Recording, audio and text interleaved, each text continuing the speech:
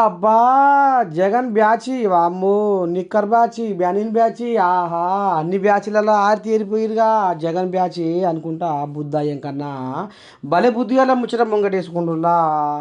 గులకరాల మీద బండి నడిచినట్టు నడిచేది వాళ్ళే, గుడిసెలలో జొరబడేది వాళ్ళే అన్నట్టుగా గీ తరీకుగా వైసీపీ వాళ్ళు చేస్తుంటే జనాలు ఎట్లా నమ్ముతారు? ఈ కథ మాత్రం అంతా తెలిసే కదా జనాలు ఉల్టా పల్టా తీర్పు ఇచ్చింది. చంద్రబాబు నాయుడుని గద్దెనెక్కిచ్చింది. మళ్ళా ఎందుకు జగను మళ్ళా బెంగుళూరులో మళ్ళీ సంసారం చేసుకుంటా ఆడంగా బిడ్డల కాడికి పోయి మళ్ళీ ఆడ 4 రోజులు పూట గడుపుకుంటా ఎందుకు ఉంటుండు? మరి జనాలకి ఎందుకు వస్తలేడు? ఎందుకు మాట్లాడతలేడు? ఎందుకు ఉంటలేడు? ఎందుకు నిలబడతలేడు? ఆ ఆ చేసిన తప్పు ఘోషణ పెట్టుకొని ఏడికి పోతే ఏం సకదనం ఉంది? అందుకనే మేము తప్పు చేసినాం కాబట్టి మేము ఏడ ఇరికిపోతామో అని ప్రతి ఒక్క శాఖల ఫైల్స్ మొత్తం తగులబెట్టిండు. ఆ భయం పట్టుకుంది గుండె నిండా. ఆ భయం ఉంది కాబట్టి జగన్ ఇలా సమాధానం చెప్పలేకపోతున్నాడు, జగన్ బ్యాచి సమాధానం చెప్పలేకపోతున్నారు అని బుద్ధాయం కన్నా గట్టిగానే అరుచుకుంటుండులా. చూడాలా మరి రేపు మరి దీని మీద మరి వైసీపీ వాళ్ళు ఏ రకంగా కౌంటర్ ఇస్తారు, ఎట్లా ఈ సవాలు ఎదుర్కొంటారు అనేది మునుముందు చూద్దాములా. ఇక చూడు ఇప్పటికైతే బుద్ధాయం కన్నా ఏమనుకొస్తుండో.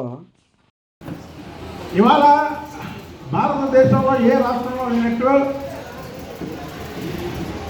రాష్ట్ర ముఖ్యమంత్రిగా నిన్ను ప్రజలు ఓడించారు.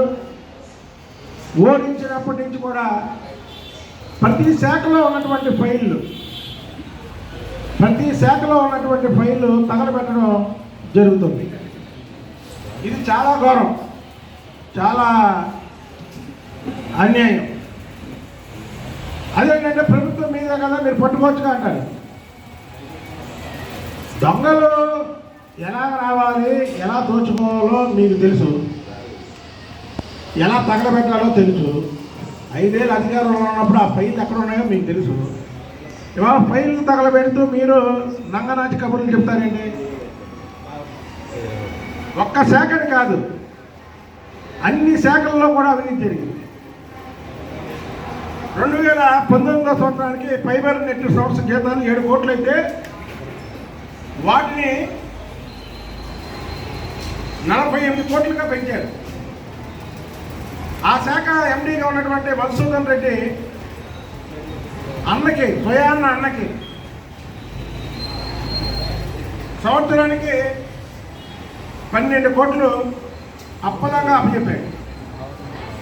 ఎవరప్ప సొమ్మని అలాగ అప్పచెప్పాడు మధుసూదన్ రెడ్డి.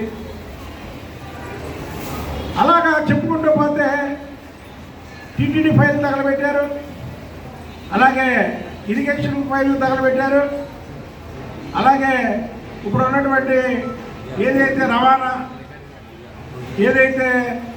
రవాణా శాఖలో ఫైల్ తగలబెట్టారు, అలాగే వ్యవసాయ శాఖ ఫైల్, అనేక ఫైళ్ళు తగలబెడతారు. ఇది చూస్తుంటే రోజు తగలబెట్టుకుంటూ పోతూ దమ్ముంటే పట్టుకోండి. ఏది హైదరాబాద్లో మనం నిక్కర్ బ్యాచ్, బనీళ్ళ బ్యాచ్ అని వాళ్ళు ఒక సవాల్ ఇస్తుంటారు.